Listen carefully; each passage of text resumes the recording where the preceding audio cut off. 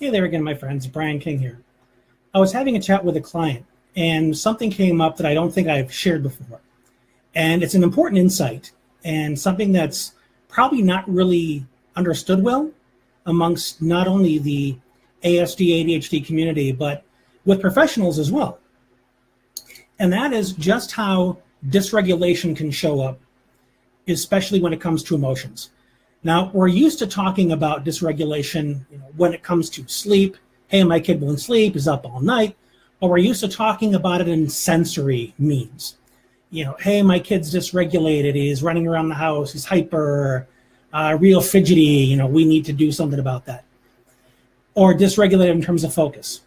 Can't stay on task. Can't finish what they start. But we tend to forget about that when it comes to mood. You can think about dysregulation in terms of manic depression, now called bipolar. Sometimes you're manic, sometimes you're depressed. But here's another way it can show up that people aren't too often aware of.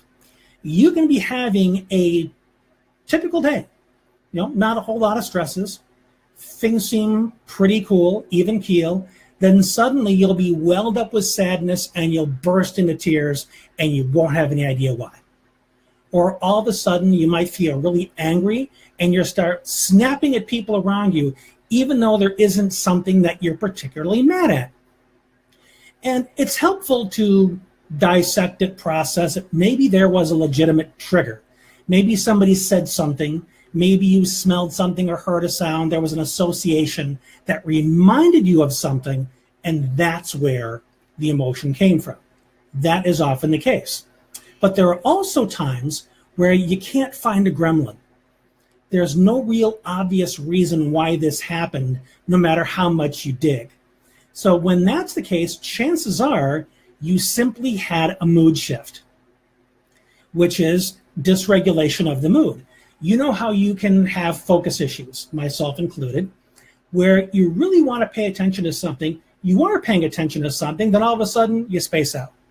Your brain just shifts because it's not really wired for sustained focus, unless it's hyperfocus where you get lost in something for 5 or 6 hours and forget to feed yourself. That happens too. But there are also those moments where you try to focus, then you shift. You bring it back, you focus some more, then you shift again. Our mood can do the same thing. Where we're feeling pretty darn good, we're happy, then all of a sudden a wave of sadness hits. We don't know what happened. Nobody said anything mean to us.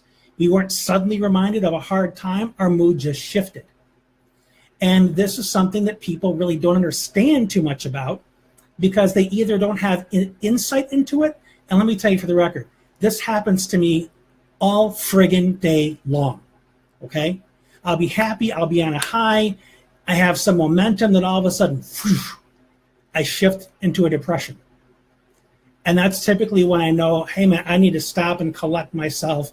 I need to breathe. I need to reconnect with my center. I've learned all these different mindfulness exercises over the years so that I don't get swept up in that shift. Because it's really easy to get caught up in the depression and think, man, I feel lousy. Man, I wonder why I feel lousy. There must be a reason. Gee, let me find everything there is about life that I don't like so I can reinforce this feeling of depression. That's how you get swept up in it. But if you feel the shift and you realize, man, I was happy 2 seconds ago, now I've got to find my way back. That's what's important to do with it. Because these shifts can happen on occasion or they can happen a lot like they happen to me. But it's just like focus. You're focused, then all of a sudden you space out. Once you catch yourself, bring yourself back. Now, depending on how big the shift is, you could find yourself sobbing in the middle of a restaurant. You could find yourself, watching a TV show with a loved one that all of a sudden you feel pissed off and you want to scream at this person. If you know this happens, it's important that you condition yourself to immediately leave the scene. Say, excuse me, I need a minute. So you can go out and collect yourself and bring your mood back up. Again, there are strategies for this so that you don't sit in the anger or sit in the sadness. But before you can do any of this, it's important to recognize what happened. You had an emotional, dysregulated shift. And when you can understand that, it's much easier to manage it because you realize it isn't you. It isn't personal. It isn't an I'm sad and I'm angry. Something upset me. It's I have a dysregulated nervous system that F's with me all the time. It makes things sound louder to me than it does to other people. A touch may feel like a knife stabbing my arm, where somebody else, it's no big deal. My nervous system feeds me false data. And these emotional shifts are another evidence of that. So when you can depersonalize it, learn to distance yourself from it a little bit, you'll be a lot less reactive to it. It'll have a lot less control over you. So by understanding this, it can make a world of difference for you. So I just wanted to share this. Hopefully it's helpful. Leave me some comments, let me know. And if there's somebody that you know on the spectrum that has ADHD, and I'm sure you do, that you've witnessed this happening to, share this video so they can learn a little bit about themselves and hopefully learn to take more control of it.